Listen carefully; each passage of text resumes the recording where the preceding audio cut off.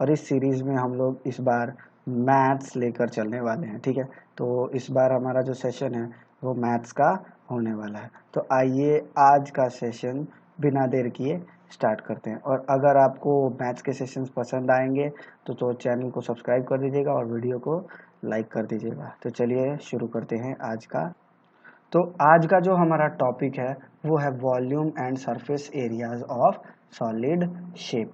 कोई भी अगर सॉलिड शेप है तो उसका वॉल्यूम और उसका सरफेस एरिया कैसे निकालेंगे। ठीक है, तो इसी के बारे में आज को हमको पढ़ना है। तो बेसिकली हम आज बात करने वाले हैं उन कॉमन टॉपिक्स पर जो हम देख चुके हैं, जिसके बारे में हम बात कर चुके हैं। तो आइए आप लोग इसके बारे में कुछ ना कुछ जानते ही होंगे, तो उसी टॉपिक्स को हम बस थोड़ा आगे बढ़ाते हैं और अच्छे से एक्सप्लेन करने की कोशिश करते हैं कि वॉल्यूम एंड सरफेस एरियाज क्या होते हैं, किस किस चीज़ का निकाल सकते हो आप। तो सबसे पहले यहाँ पर बात होगी सॉलिड शेप की। किसकी? Solid shape. तो इसमें क्या कह सकते हैं, सॉलिड शेप क्या होती है। हाँ, तो हमारा अगला कॉमन टर्म जिसके बारे में हम जानते हैं वो सॉलिड शेप में आता है क्यूब। क्या होता है? क्यूब। ये क्या होता है तो इसके बारे में जाने। तो ये एक वैसा शेप है जिसके सारे की सारी लेंथ, सारी की सारी ब्रेथ और सारी की सारी हाइट्स सिमिलर होती हैं। इसको अगर मैं ऐसे ड्रॉ कर दूं तो ज़्यादा बेटर होगा इसके शेप में। ठीक है, तो ये लगभग ऐसा कुछ होता है जिसके अंदर इसकी लेंथ, इसकी ब्रेथ और इसकी हाइट सिमिलर होती है। ये रहा आपका बन गया क्यूबॉइड। ठीक है, तो इसके अंदर कुछ ऐसी शेप्स आपको दिख रही होती हैं और ये होता है आपका क्यूब का फॉर्मेशन।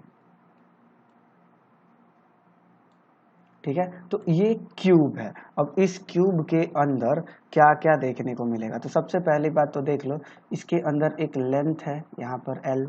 हाँ, इसके अंदर एक लेंथ है यहाँ पर L करके L। ये ब्रेथ आपको दिखाई दे रही होगी, ये B, मतलब ये वाली लाइन आपके लिए लेंथ है, ये वाली लाइन आपके लिए ब्रेथ है।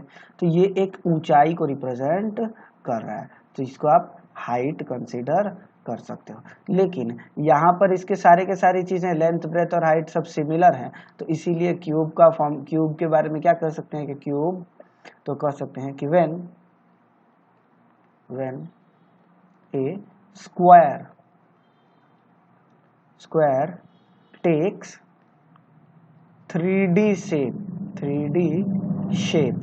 ठीक है, तो हम उसको क्यूब कहते हैं। जब कोई स्क्वायर 3D शेप ले लेता है तो उसको हम क्यूब कहना स्टार्ट कर देते हैं। तो इसके रिगार्डिंग में सबसे पहले क्या देखने को मिलेगा कि इसका वॉल्यूम क्या है। तो इसका वॉल्यूम निकालने का सबसे आसान फॉर्मूला है, इसकी लेंथ निकाल लो। इसकी लेंथ सिमिलर है, हाइट सिमिलर है और ब्रेथ भी सिमिलर है, क्योंकि सब सिमिलर है, स्क्वायर है। उसका वॉल्यूम क्या होगा, तो इसका वॉल्यूम होगा A into a is equal to a cube.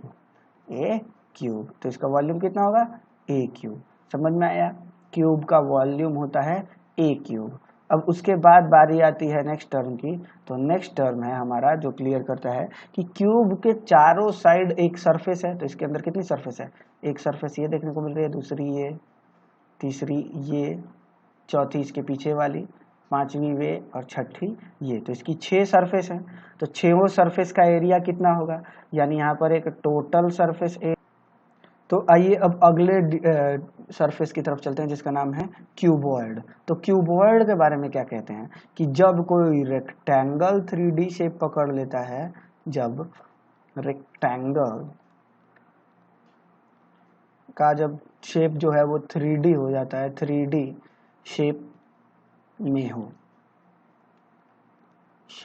में हो, तो उसके बारे में हम इसको ये कह सकते हैं। ठीक है, तो इसके बारे में कहा जाए तो इसके ये रेक्टेंगल है और रेक्टेंगल की क्या होती है, एक लेंथ होती है और एक ब्रेथ होती है। जैसे ये लेंथ हो गई रेक्टेंगल की और ये ब्रेथ हो गई।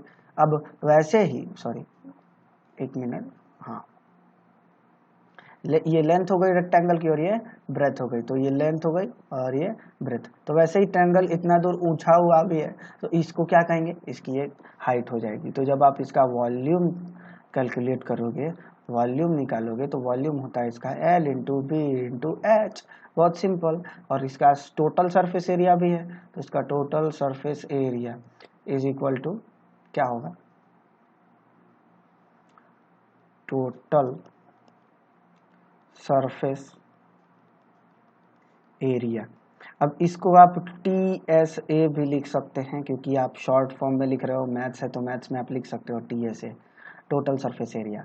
तो इसके कितने सरफेस हैं, वैसे ही जिसके हमने काउंट किए थे, जैसे हमने उसके काउंट किए थे, एक सरफेस ये, दूसरी सामने वाली, तीसरी ये बगल वाली, चौथी उसके पीछे वाली, पांचवी ऊपर वाली और छठी नीचे वाली, 6 सरफेस है। तो इन 6 सरफेस का रेक्टेंगल है, और आप रेक्टेंगल का एरिया कैसे निकालते हो, तो इसका एरिया निकालोगे तो L इंटू बी, एक नंबर वाली सरफेस के लिए है, ठीक है, ये एक का एरिया हो गया, प्लस इसी के जैसी एक ऊपर भी सरफेस है, जो सरफेस 6 है वही सरफेस 5 है ना, तो इसीलिए इसका भी L इंटू बी हो जाएगा। अब अगली सरफेस, एक नंबर सरफेस को देखो, एक नंबर सरफेस और 3 नंबर सरफेस एक जैसी है, तो एक नंबर सरफेस क्या है, एक स्क्वायर के फॉर्म में दिख रही है, तो H इंटू बी हो जाएगा, तो इसका एरिया होगा B इंटू एच। अब 3 नंबर BC के जैसी है तो प्लस B इंटू एच। हाँ, अगला अब देखो कौन, 2 नंबर और 4 नंबर देखो, L इंटू एच दिख रहा है ये, तो इसका हो जाएगा L into h plus L into H. तो इसी को अच्छे से लिख दिया जाता है, तो क्या हो जाता है, 2 into L into b plus B into h plus H into l, ठीक है। तो 2LB BH HL, ये होता है इसका टोटल सरफेस एरिया। क्या, इसका टोटल सरफेस एरिया। अब समझ में आया। अब इसका भी तो चलो अगला टर्म है हमारा cylinder.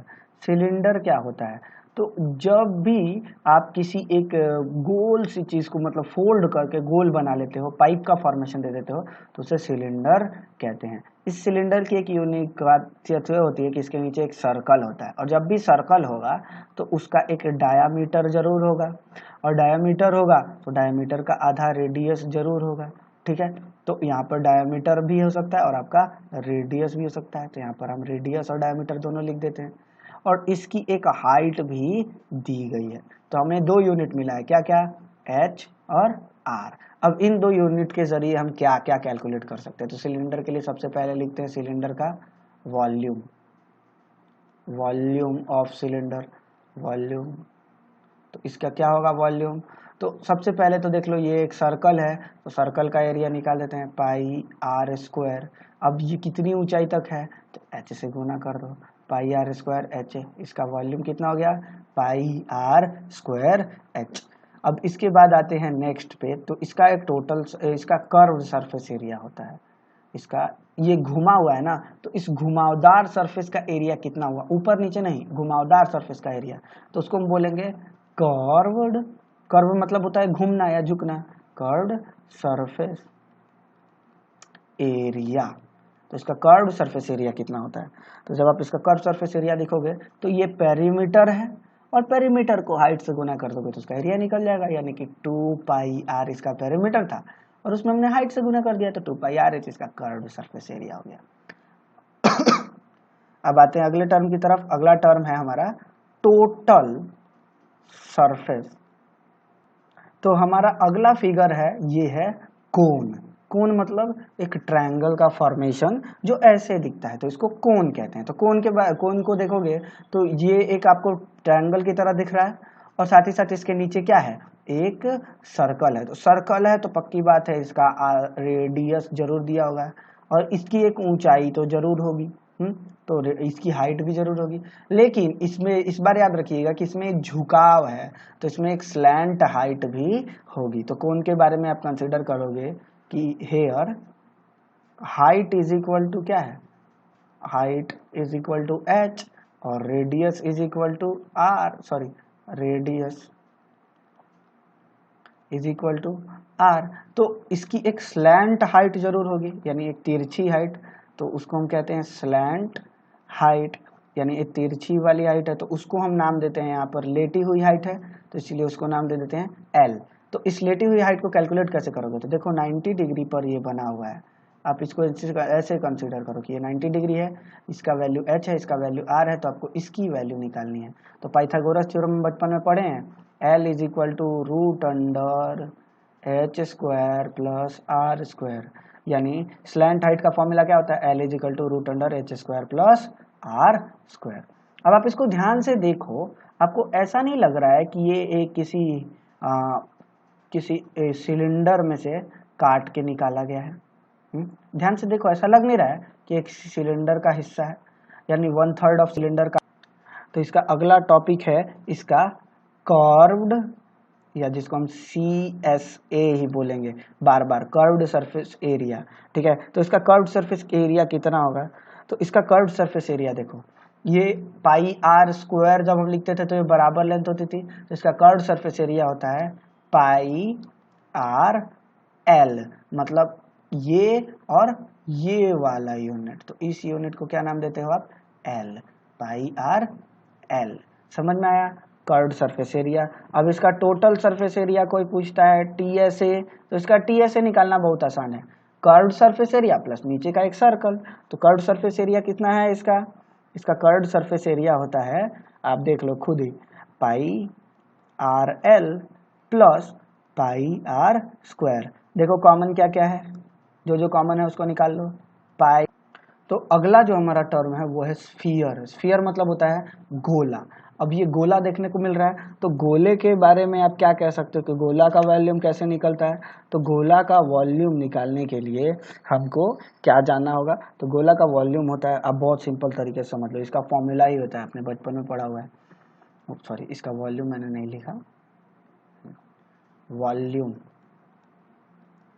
Volume is equal to क्या होगा, 4/3 pi r cube, pi r cube. इसका एक रेडियस जरूर होगा क्योंकि गोले जैसा है, मतलब सर्कल है, सर्कल का एक रेडियस जरूर होगा, तो 4/3 पाई आर क्यूब इसका ये हो जाएगा वॉल्यूम। अब इसका एक टोटल सरफेस एरिया ही होता है क्योंकि इसमें दूसरा कुछ तो है नहीं, टोटल सरफेस एरिया। तो इसका टोटल सरफेस एरिया जब आप निकालोगे तो क्या होगा, 4 पाई आर स्क्वायर, इससे ज़्यादा कुछ नहीं होता है। लेकिन इतना से काम नहीं चलेगा क्योंकि इसके अंदर एक और चीज़ आ जाती है जिसको हम कहते हैं, तो अगला टर्म जो हमारा है वो है आधा गोला, हेमिस्फेयर। तो हेमिस्फेयर है तो सब चीज़ इसका आधा आधा हो जाएगा, यानी इसका वॉल्यूम अगर कंसीडर करते हो तो वॉल्यूम यहाँ 4/3 पाई आर क्यूब था, अब यहाँ पर इसका वॉल्यूम जो है, इस हेमिस्फेयर का वॉल्यूम क्या हो जाएगा, 2/3 पाई आर क्यूब। ठीक है, हेमिस्फेयर है तो इसका वॉल्यूम क्या हो जाएगा, 2/3 पाई आर क्यूब। अब जहाँ इसका टोटल सरफेस एरिया था, मतलब यहाँ और वहाँ पे इसका कॉर्ड सरफेस एरिया कितना हो जाएगा, यहाँ 4 पाई आर स्क्वायर था तो ये 2 पाई आर स्क्वायर हो जाएगा। लेकिन याद रखना ये कटा है और कटने की वजह से इसमें एक एक्स्ट्रा सरफेस बन गई है और उस सरफेस को हम बोलेंगे टोटल सरफेस एरिया।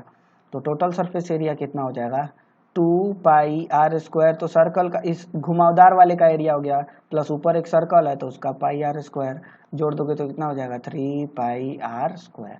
समझ में आया, तो ये है पूरा